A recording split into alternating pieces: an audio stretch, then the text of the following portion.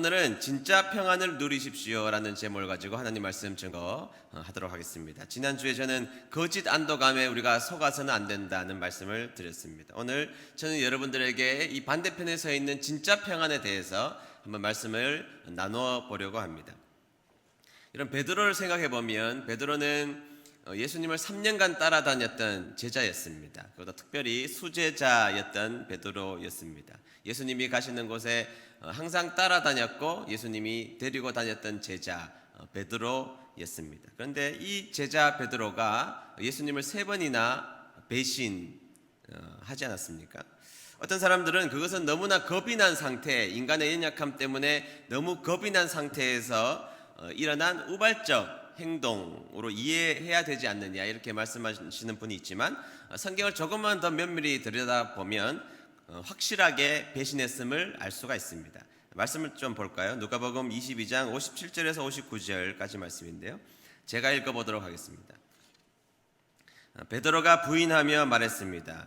여보시오, 나는 예수를 모르오. 자, 몇 번째 배신이죠?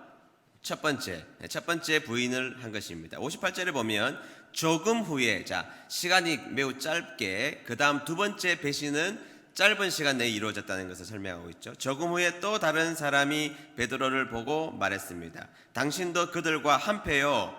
그러자 베드로가 말했습니다. 이 사람아, 나는 아니야. 자, 두 번째 배신까지는 시간이 매우 짧게 긴박하게 일어났음을 성경에서는 기록하고 있죠. 그런데 59절에 보면 세 번째 배신, 두 번째 배신과 세 번째 배신 사이에는 꽤 많은 시간이 흘렀음을 성경에서는 굳이 밝히고 있음을 우리는 볼 수가 있습니다. 59절 볼까요?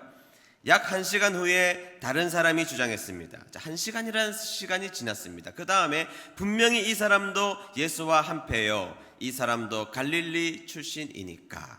네. 첫 번째와 두 번째 배신은 매우 짧은 시간에 우발적으로 일어났다. 네, 그럴 수 있습니다. 목숨이 매우 위태로운 상황 속에서 우발적으로 일어났다고 설명할 수가 있겠지만, 그러나 성경은 굳이 두 번째 배신과 세 번째 배신 사이에는 1시간이라는 꽤 긴 시간이 걸렸음을 성경에서 굳이 밝히는 이유가 무엇일까요? 여러분, 1시간이라는 시간은 엄청나게 긴 시간이라고 말할 수 있습니다. 자신의 행동을 얼마든지 되돌아볼 수 있는 시간이었던 것이죠. 그렇다면 성경에서 이 시간을 명백하게 기록해 둔 이유가 무엇일까요? 여러분, 성경 가운데 이렇게 시간을 명백하게 기록해 놓은 사건이 그렇게 많지 않습니다. 그런데 이렇게 명백하게 기록해 놓은 가장 핵심적 이유가 무엇일까요? 자, 베드로는 예수님을 부인하려는 명백하고 확고한 의지를 가지고 그가 세 번째 부인을 했음을 말해주고 있는 것이죠. 베드로는 1시간 동안 깊이 생각해 보았습니다. 첫 번째 배신과 두 번째 배신은 얼마든지 우발적이라고 설명할 수 있겠지만, 그리고 나서 1시간 동안 그는 자신의 행동에 대해서 생각해 보고 자신이 한 행동과 모습이 타당한지에 대해서 생각해 볼 수 있는 시간이었습니다.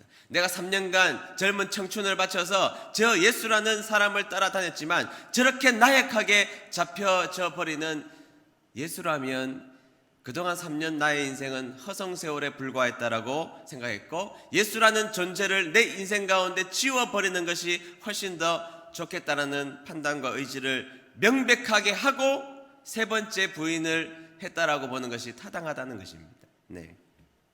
네, 그 1시간은 그래서 배신하기로 완전히 그의 마음속에 결심한 1시간이었던 것이죠. 두렵고 무섭고 떨리고 겁 많던 베드로는 더 이상 그 겁 많은 인생 가운데 자신의 인생을 던지기를 거부했던 것입니다. 베드로의 모습을 잘 그리고 있는 것이죠. 겁 많은 베드로. 근데 여러분, 사도행전으로 가보면 이름은 똑같은 베드로인데 하는 행동들을 아무리 설명해 보아도 복음서에 등장하는 베드로와 사도행전에 등장하는 베드로는 마치 동명이인처럼 똑같은 사람이 아닌 것처럼 우리 가운데 느껴진다는 것입니다. 그렇게 겁 많던 베드로가 복음서에 겁 많고 예수님을 그렇게 의지적으로 부인했던 이 베드로가 사도행전에 와서는 겁 많은 존재가 아니라 목숨을 내어놓고 예수님을 전하는 놀라운 사람으로 완전히 180도 바뀐 모습의 베드로가 등장되어 있다는 것입니다. 놀라운 일이죠. 자, 베드로가 그렇게 용기 있는 삶을 처음으로 시작한 바로 그 순간 이 베드로에게는 아주 슬픈 비보를 듣게 되었습니다. 그것은 예수님이 사랑하시는 제자, 자, 베드로, 요한, 야고보, 넘버 3죠. 자, 3명을 그렇게 사랑하셨는데 세 번째 넘버 3였던 야고보가 헤롯 왕에 의하여서 비참하게 죽었다는 비보를 듣게 되었던 것입니다. 자, 여러분, 헤롯은 악랄한 자였기 때문에, 그리고 그 당시에 예수를 따르던 사람들을 철저하게 해체시키기는 목적으로 야고보를 잡아서 죽였기 때문에 아마 비참하게 그의 시신을 훼손했을 가능성이 있습니다. 많은 사람들이 그의 시신 앞에 두렵고 떨도록 이 야고보를 죽였을 것은 뻔한 일입니다. 자, 그런데 여러분, 옛날 베드로 같았으면 도망가야죠. 옛날 베드로는 여자 한 명이 등장하여서 예수님 따르는 사람이죠, 이 말에 그냥 배신해 버렸지 않습니까? 옛날 베드로 같았으면 도망가야 되는데 베드로는 그 자리를 지키다가 결국에는 베드로도 감옥에 들어가는 처지가 되어버리고 말았던 것입니다. 자, 여기서부터 여러분들 집중해서 말씀을 들어주시기를 바랍니다. 자, 여러분, 베드로에게 남은 것은 이제 죽음뿐이죠. 헤롯은 야고보를 죽였습니다. 넘버 3거든요. 그런데 여러분, 넘버 1을 죽였을 때, 베드로를 죽였을 때 훨씬 더 이 파급 효과가 높다는 것을 너무나 잘 알고 있었던 이 헤롯은 베드로를 잡았습니다. 다시 말하면 베드로에게는 이제 죽음이 지척에 놓여져 있게 된 것입니다. 그런데 여러분, 이 베드로를 잡고 나서 헤롯 왕이 얼마나 이 베드로를 놓치기 싫었는지 성경에서 아주 자세하게 기록하고 있음을 볼 수가 있습니다. 사도행전 12장 4절을 다 같이 읽도록 하겠습니다. 12장 4절 다 같이 읽습니다. 시작. 헤롯은 베드로를 붙잡아 감옥에 넣고 군인 4명씩 네페에게 맡아 지키게 했습니다. 6월절이 지나면 베드로를 끌어내어 사람들 앞에서 재판할 작정이었습니다. 아멘. 자, 성경에서는 이 베드로를 몇 명이 지켰는지를 명확하게 밝히고 있죠. 몇 명이 지켰습니까? 4명씩 네페에게 사사 뭐예요? 사사 16이죠. 16명이 지금 베드로를 밖에서 지키고 있었음을 성경에서는 말하고 있습니다. 한 사람, 무능한 어부였던 이 베드로를 지키기 위해서 16명의 군인이 동원되었음을 말하고 있습니다. 그것뿐만이 아닙니다. 사도행전 12장 6절을 보시죠. 사도행전 12장 6절 다 같이 읽습니다. 시작. 헤롯이 베드로를 끌어내려던 전날 밤이었습니다. 베드로는 두 군인 사이에서 사슬에 묶인 채 잠들어 있었고 문 앞에는 경비병이 문을 지키고 있었습니다. 아멘. 자, 여러분, 이 진술을 한번 가만히 보십시오. 자, 베드로는 두 군인 사이에 사슬에 묶였습니다. 자, 사슬에 묶었죠. 사슬에 묶어서 감옥에 집어넣었는데 그 베드로가 혹시나 도망갈까봐 2명이나 지키고 있었음을 말하고 있어요. 2명이 같이 자게 했다는 것입니다. 그리고 바로 문 앞에 또 경비병이 있었다는 것입니다. 그 밖에 16명이 지켰고 문 앞에 경비병이 있었고 2명은 아예 그 감옥 안에서 같이 자게 했다는 것입니다. 자, 예수님의 부활의 소식 같은 일들이 결코 다시는 일어나서 안 된다는 이 헤롯은 이렇게 베드로를 철저하게 지키고 있었고 이 베드로를 죽여야만 한다는 의지를 가지고 있었던 것입니다. 자, 여러분, 다시 한 번 더 이야기합니다. 베드로는 잡혔습니다. 야고보 넘버 3 죽었습니다. 넘버 1 자신이 잡혔을 때 분명히 자신이 죽을 것이라는 것을 분명히 예감할 수 있었던 것입니다. 자, 죽음을 기다리는 그 시간 앞에 서 있는 이 베드로였던 것이죠. 여러분, 죽음보다 더 고통스러운 것은 죽음을 기다리는 시간이라는 어느 작가의 글이 생각나는 장면인 것입니다. 여러분, 사형을 집행하는 교도관들의 이야기를 들어보면 어떤 사람들은 자기도 모르게 대소변을 보고 어떤 사람들은 기절을 하고 어떤 사람은 침을 줄줄줄 흘리고 그렇게 한다는 것입니다. 이것이 보편적으로 죽음 앞에 서 있는 사람들의 두려움이라는 것이죠. 그런데 죽음이 지척에 와 있는 베드로가 여러분 뭐 하고 있는 줄 아십니까? 베드로는 천하태평으로 코를 드르렁 골며 깊은 잠에 빠져 있었던 것입니다. 죽음이 바로 앞에 있는데 깊은 잠을 잤음을 말하고 있다는 것입니다. 여러분, 사람은 고통스러운 일 앞에 잠을 자지 못합니다. 여러분, 걱정이 내일 있으면 오늘 잠을 자지 못해요. 중요한 시험이 내일 있으면 오늘 잠을 자지 못합니다. 여러분, 내일 중요한 수술이 있으면 오늘 잠을 이루지 못합니다. 내일 중요한 일들이 있고 걱정거리가 있으면 우리는 잠을 이루지 못하는 것입니다. 신세한탄을 하게 되어 있습니다. 병원에서 큰 병의 진단만 받아도 사람들은 몸서리치며 그날 밤에 잠을 이루지 못했다는 이야기들을 수없이 들을 수 있지 않습니까? 그런데 사도 베드로는 죽음 앞에서 깊은 잠에 빠졌다는 것입니다. 자, 이렇게 말씀을 드리면 성경을 좀 아시는 분들은 목사님 성경 가운데 깊은 잠을 잤다는 기록을 좀 찾을 수 없는 것 같은데요, 이렇게 말씀하시는 분이 있을지 모르겠습니다. 한번 추적해 보겠습니다. 사도행전 12장 7절입니다. 다 같이 읽어봅니다. 시작. 갑자기 주님의 천사가 나타나고 환한 빛이 감옥을 비추었습니다. 천사가 베드로의 옆구리를 쳐서 깨우며 어서 일어나라고 말했습니다. 그 순간 베드로의 손목에 매어 있던 사슬이 풀렸습니다. 아멘. 자, 보십시오. 자, 천사가 나타났습니다. 자, 인기척이 들렸던 것이죠. 자, 그런데 인기척이 분명히 있음에도 불구하고 사도 베드로는 잠에서 깨어나지 못했습니다. 자, 그래서 그 다음 일어났는 일이 뭐냐면 환한 빛이 감옥을 비추었습니다. 이게 재미있는 장면입니다. 여러분 잠이 안 일어나면 어떡해요? 안 일어나면 어떡해요? 불을 켜잖아요. 불을 켜면 일어나는 거 아니겠습니까? 불을 켜면 일어납니다. 우리 민이가 항상 저한테 그래요. 아빠는 나를 아침에 깨울 때 악랄한다는 거예요. 불을 켜고 문을 활짝 열어놓고 뭐 이렇게 조치를 취하지 않습니까? 자, 인기척이 있는데 깨지 않았습니다. 그런데 환한 빛이 비추게 되었던 것입니다. 자, 그럼에도 불구하고 사도 베드로는 깨지 않았습니다. 자, 언제 일어났느냐? 천사가 베드로의 옆구리를 칠 때 깨어났다는 것입니다. 자, 인기척이 일어났는데도 일어나지 않습니다.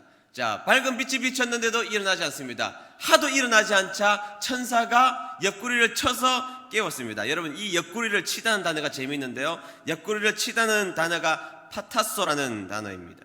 이 단어는 시끄럽게 노크를 하다, 그런 의미입니다. 하도 안 일어나니까, 이렇게 등장하고 불까지 비쳤는데도 하도 깊은 잠에 빠져서 일어나지 않으니까 천사가 옆구리를 쳐서 두들겨 쳐서 야 빨리 일어나, 그렇게 해서 시끄럽게 해서 깨웠다, 그 말이에요. 그렇게 해서 겨우 일어났다는 것입니다. 여러분, 도대체 얼마나 깊은 잠에 취해 있으면 이렇게 옆에서 빛이 비춰도 깨지 않고 결국에는 두들겨 깨워야만 했을까요? 자, 여기까지도 동의를 못하신다면 그 다음 구절 보시죠. 8절입니다.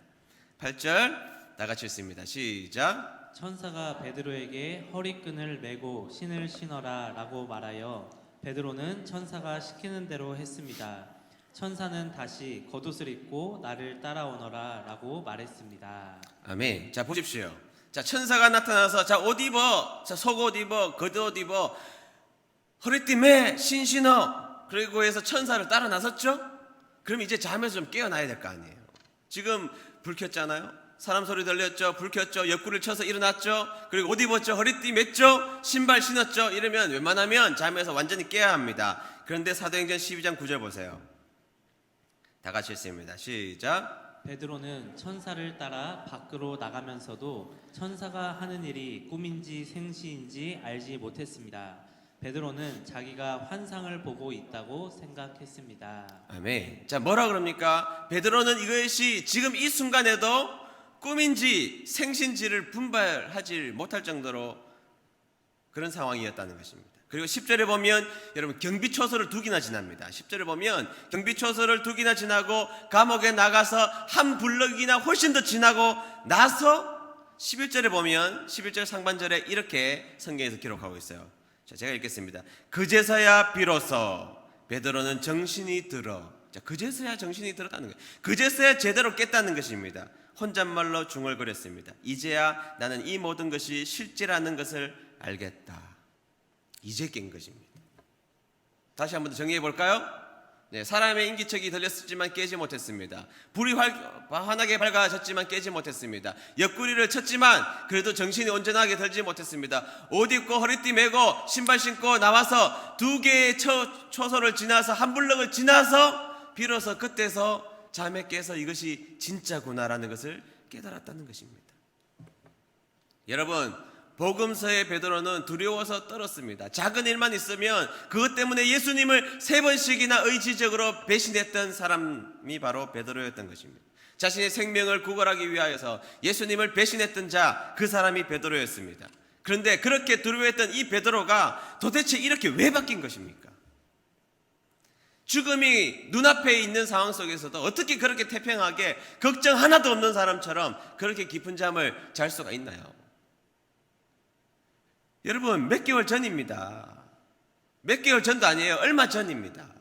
얼마 전에 자신의 목숨을 구걸하기 위하여서 자신의 스승 예수님을 3번씩이나 배신하며 두려워 떨던 이 베드로가 도대체 어떤 사건을 마주 대했기 때문에 죽음이 눈앞에 놓여져 있는 상황 속에서도 그렇게 평안하게 깊은 잠에 빠져서 이런 난리가 일어났는데도 잠에서 깨지 못하는 진짜 평안을 가진 사람이 되었을까요?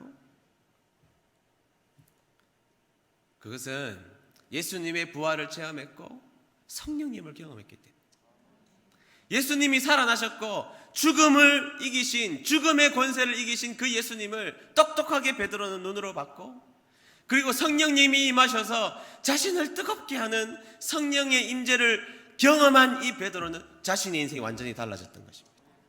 그렇게 두려워 떨던 그 베드로는 진짜 생명이 무엇인지, 무엇이 소중한 것인지, 정말 행복과 영원한 소망이 얼마나 큰지를 깨달았던 이 베드로는 죽음 앞에서도 곤히 잠을 잘 수가 있었던 것입니다. 하나님이 살려주시는 대로 그 사명 잘 감당하고, 하나님이 죽음으로 나를 데려가시면 영원한 천국에 거할 것을 사도 베드로는 너무나 잘 알고 있었기 때문에 이 죽음 앞에서 진짜 평안을 누리며 쿨쿨 잠을 잘 수 있었던 것입니다.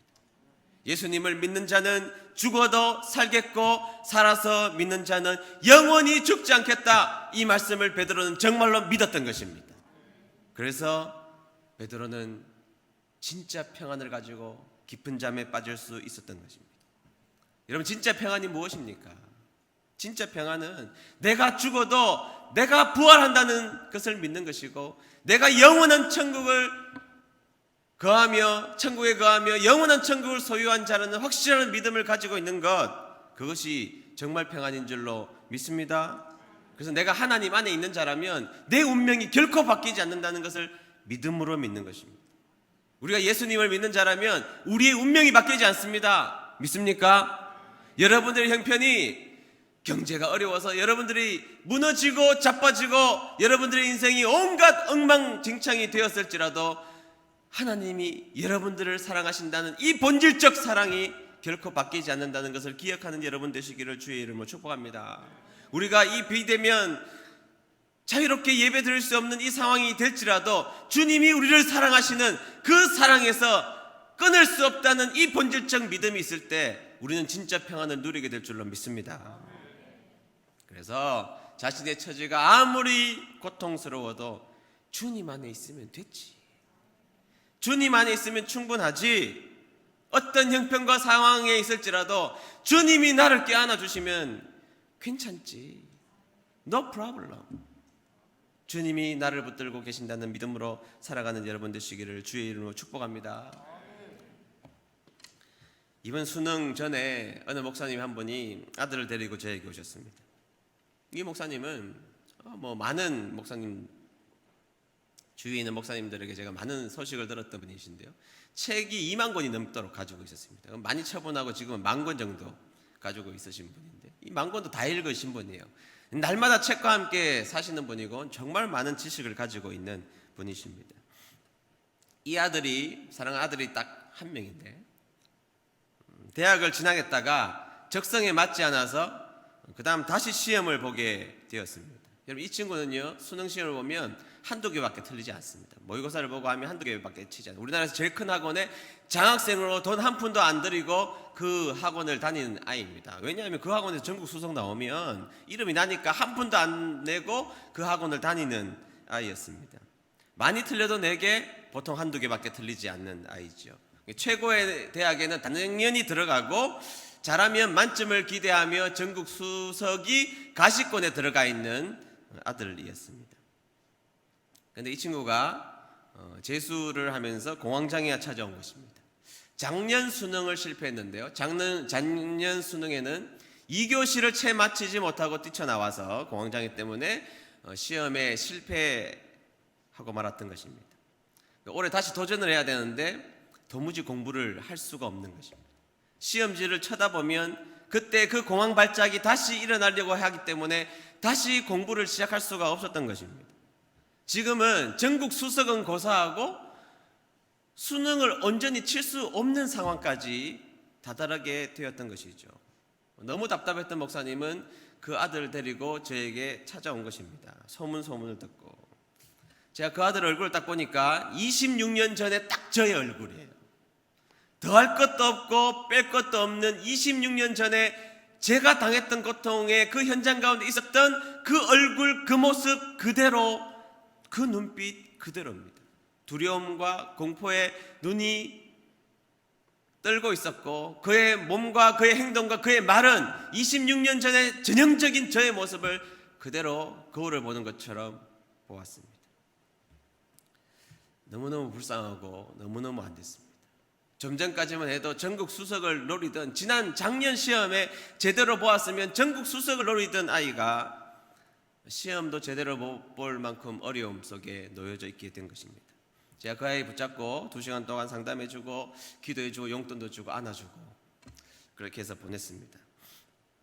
그날부터 아이가 공부하러 가더라는 것입니다. 그 전까지는 공부를 하러 못 갔는데 무엇인가 도전을 받고 공부를 하러 가더라는 것입니다.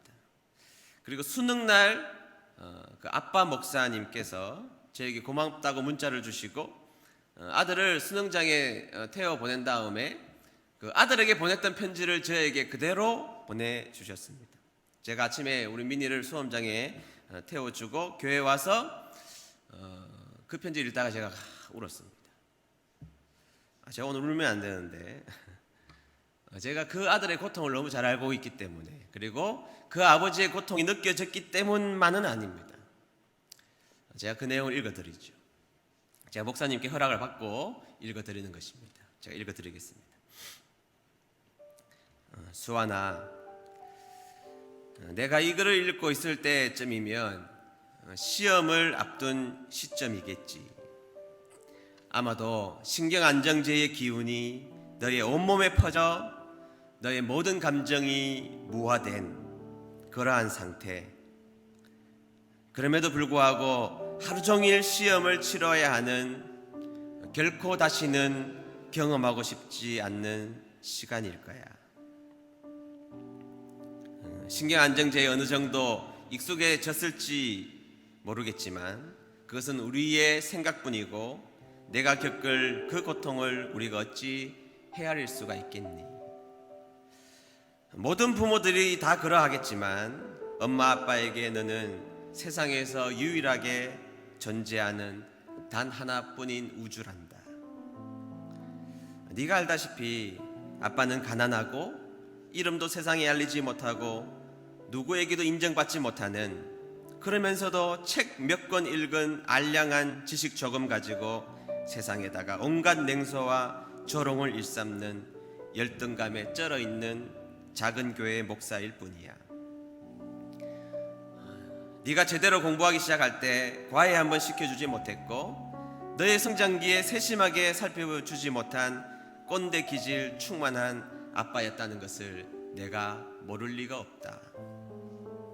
그럼에도 수아나, 아빠가 너에게 확실하게 말할 수 있는 한 가지 사실은 네가 알 수 없는 실패의 고통 속에 눈물을 흘릴 때 나는 너와 함께 고통스러웠고 너에게 일어난 고통이 혹시 아빠의 문제 때문은 아닌가 수없이 자책하며 계속 하나님께 물었단다. 언젠가 아빠 없는 세상을 살아갈 때 이것만큼은 꼭 기억해 주길 하며 살기를 바란다. 우리가 믿는 하나님은 슈퍼맨처럼 우리가 매번 위기와 고통 속에 건져주시는 분이시기라기보다는 우리가 알 수 없는 고통과 슬픔과 어려움을 당할 때 그분은 우리와 함께 그 고통을 당하시고 함께 눈물을 흘리시는 분이 우리가 믿는 하나님이시란다. 수아나, 내가 이 어려움을 뚫고 원래 기대했던 성적이 나온다고 해서 앞으로 의 삶이 꽃길이 되는 것만은 아니야.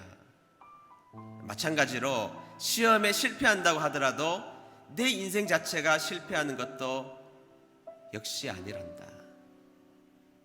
어떤 부모에게든 자식의 성장 기간에 잊을 수 없는 장면들이 있는데 아빠에게도 그런 잊을 수 없는 장면이 몇 개 있단다. 2003년 우리가 유천동에서 살 때 너는 7살 유치원생이었지. 하원 시간에 맞춰 너를 기다리며 있는데 저 골목 멀리서 내가 버스에서 내려 길을 걸으며 마법의 성을 크게 혼자 부르며 걸어오고 있었지. 그때 너의 그 예쁘고 귀여운 표정을 아빠는 지금도 이 가슴에 담고 있어. 하지만 그 이후로 너의 노래를 들을 수 없구나. 특히 20살이 넘은 후 내가 노래 부르는 모습을 단 한 번도 본 적이 없다. 아빠는 그게 너무 안타깝고 미안하다. 아빠의 간절한 소망은 너의 수능 만점 소식보다 너의 노래 소리를 듣고 싶다. 알고 보면 열심히 공부하며 노력하는 것도 인생에서 노래를 부르기 위함이 아니겠니? 우리의 삶은 근본적으로 허무하고 무력함이 충만한 고통의 한가운데 아무리 내몰린다고 할지라도 우리 하나님을 신뢰하며 사는 우리들은 그 상황 속에서도 노래를 부를 수 있기에 기쁘기도 하고 이 험한 세상을 살아갈 수 있는 것 아닐까? 하나만한 이야기지만 편한 마음으로 끝까지 시험 잘 치르고 우리 저녁에 만나자. 아빠는 항상 너와 함께 있을게. 사랑한다 아들. 네, 저는 이 편지를 읽고 너무너무 마음이 뜨거웠습니다. 그리고 저의 입술에서 찬송이 하나 흘러나왔습니다. 주 안에 있는 나에게 딴 근심 있으랴. 십자가 밑에 나아가 내 짐을 풀었네. 그 두려움이 변하여 내 기도 되었고 전날의 한숨 변하여 내 노래 되었네. 주님을 찬송하면서 할렐루야 할렐루야 내 앞길 멀고 험해도 나 주님만 찬양하리. 진짜 평안은 여러분 고통이 없거나 두려움이 없는 세상이 아닙니다. 여러분들의 인생에서 파도가 없는 것이 진짜 평안한 인생이 결코 아닙니다. 그러나 그 고통과 두려움 속에서도 우리 하나님이 함께 하시고 내 인생의 전적인 운명을 우리 하나님이 붙들고 계신다는 그 명백하고 분명한 사실이 있다면 그 어떤 상황 속에서도 우리는 평화의 찬송을 부를 수 있는 자들이 되어야 하지 않겠습니까? 사도 베드로는 너무나 고통스러운 두려움이 있었지만 사도 베드로는 그 속에서 주님이 나와 함께 계신다는 부인할 수 없는 명백한 사실을 그는 믿었기에 깊은 잠을 자며 주님의 처분을 기다리며 그의 인생을 전진할 수 있었던 것입니다. 우리 사랑하는 은혜드림 교회 성도 여러분, 여러분들의 처해 있는 삶이 그 어떠한 모습으로 여러분들이 서 있든지 주님이 여러분들을 사랑하신다는 이 본질적 진리가 조금도 바뀌지 않는다는 이 사실 앞에 정말 평안을 누리고 사시는 저와 여러분 되시기를 주의 이름으로 축복합니다. 우리 찬양 부르겠습니다. 나의 한숨을 바꾸셨네.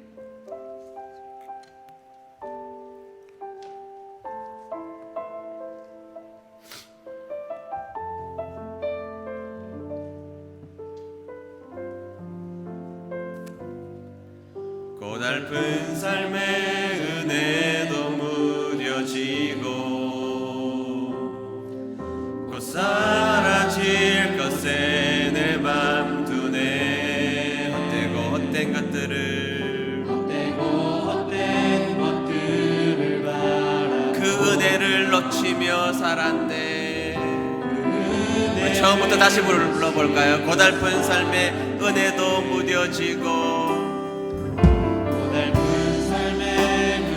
곧 사라질 것 아니에요. 거기에 우리의 마음을 두고 말았습니다.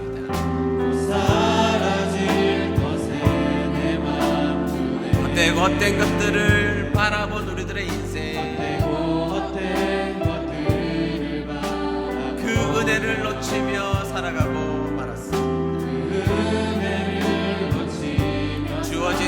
삶을 묵묵히 살아가며 주어진 삶을 묵묵히 살아가 날 붙드신 예수를 보내 날 붙드신 주 예수를 사망 가운데 놓여진 나의 삶을 사망 가운데 놓여진 날 건지신 그 이름 예수 날 건지신 그 이름 나의 한숨을 바꾸셨네 아멘 나의 한숨을 바꾸셨네 주를 향한 노래로 소망의 노래로 나의 눈물을 거두신 주 예수 이름아 다같이 손을 들고 찬양하겠습니다 나의 한숨을 바꾸셨네 나의 한숨을 바꾸셨네 주를 향한 노래로 소망의 노래로 나의 눈물을 거두신 주 예수의 마지막으로 나의 한숨을 바꾸셨네 진심의 고백으로 진짜 평안으로 나의 한숨을 주를 향한 노래로 소망의 노래로 나의 눈물을 거두신 주 예수 이름 안에 살게 예수 이름 안에 살게 하소서 예수 이름 안에 살게 하소서 다같이 머릿속에서 기도하겠습니다 우리의 삶 가운데 사실은 거짓 평안 때문에 우리가 무너지는 경우가 허다합니다 내 마음을 두었던 그것 나를 지킬 것 같았던 그것 때문에 사실은 낙심하고 무너졌던 것 아닙니까? 그러나 정말 하나님이 주시는 평안은 결코 무너지지 않습니다. 상황이 아무리 절망스러워도 말이죠. 베드로는 작은 어려움 속에 쉽게 무너지는 자였습니다. 그러나 그가 부활을 경험하고 성령님을 체험하고 정말 평안이 무엇인지를 깨달았던 그는 세상이 이해할 수 없는 깊은 잠에 빠졌던 것입니다. 주 안에 있는 나에게 딴 근심이 있으랴 십자가 밑에 나아가 내 짐을 풀어 그 두려움이 변하여 내 기도 되었고 전날의 안순 변하여 내 노래 되었다. 여러분 이것이 우리들의 인생 아닙니까? 주님 안에 있는 우리들의 인생이 고통이 없는 삶은 아니지만 그러나 오늘도 그리고 영혼을 책임지실 주님이 우리를 붙들고 계시다는 이 확신은 우리를 평안의 자리로 인도하실 것입니다. 그 평안을 다윗도 누렸고 바울도 누렸고 베드로도 누렸고 이제 우리가 누려야 하지 않을까요? 세상 풍파 아무리 몰려와도 우리의 삶의 선장이 되신 우리 주님을 붙들고 의지하고 살아가는 인생 그 삶이 우리의 삶이 되는 인생이 되기를 소원하며 다같이 기도할 때 주님 우리가 수없이 흔들렸습니다. 세상의 헛된 것에 우리의 소망을 두었고 금방 사라질 소망에 우리의 마음을 두었습니다. 사실은 주님이면 충분한데 말이죠. 하나님 오늘 우리가 진짜 소망 되신 예수님을 붙들고 살게 도와주시고 우리의 운명을 붙들고 계시고 우리를 붙잡아 주시는 하나님의 은혜가 무엇인지를 다시 깨닫는 시간 될 수 있도록 하나님 역사해 주시옵소서. 우리 1분간만 우리 기도하도록 하겠습니다.